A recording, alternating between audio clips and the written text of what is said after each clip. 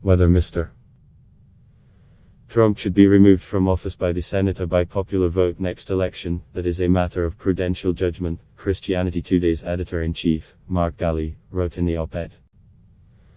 That he should be removed, we believe, is not a matter of partisan loyalties but loyalty to the creator of the Ten Commandments. Galli continued, we believe the impeachment hearings have made it absolutely clear, in a way the Mueller investigation did not, that President Trump has abused his authority for personal gain and betrayed his constitutional oath. The impeachment hearings have illuminated the president's moral deficiencies for all to see. None of the president's positives can balance the moral and political danger we face under a leader of such grossly immoral character, he added. The publication, an influential one among evangelicals, has criticized Trump before on immigration and other issues, but never before called for his removal. The op-ed shows potential reasoning for dissent among a key faction of the Republican coalition as Trump prepares for a potential Senate trial following his impeachment by the House of Representatives Wednesday night. To the many evangelicals who continue to support Mr. Trump in spite of his blackened moral record, we might say this: remember who you are and whom you serve, Galli wrote.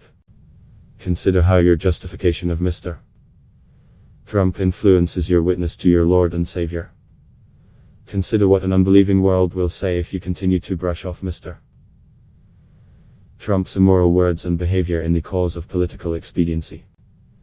The magazine's web servers were strained by all the web traffic when the editorial came out on Thursday afternoon. After some temporary hiccups, service was mostly restored. Jim Wallis, one of the nation's most prominent liberal evangelical leaders, called the op-ed stance a huge, watershed event, adding that the magazine is arguably the leading evangelical magazine in the nation.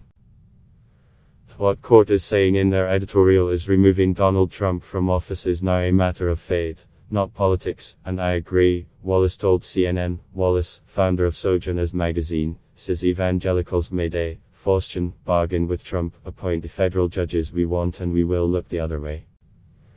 They have made the Faustian bargain that no matter what he does, it's all acceptable because he gives them the judges he wants, says Wallis, author of Christ in Crisis, Why We Need to Reclaim Jesus.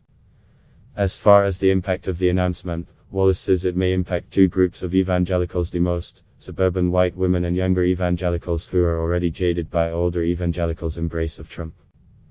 I bet there are going to be a lot of younger evangelicals who are going to be really excited, Wallis said about the editorial.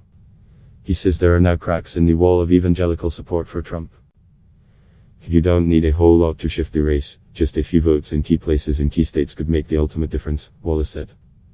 CNN's Brian Stelter contributed to this report.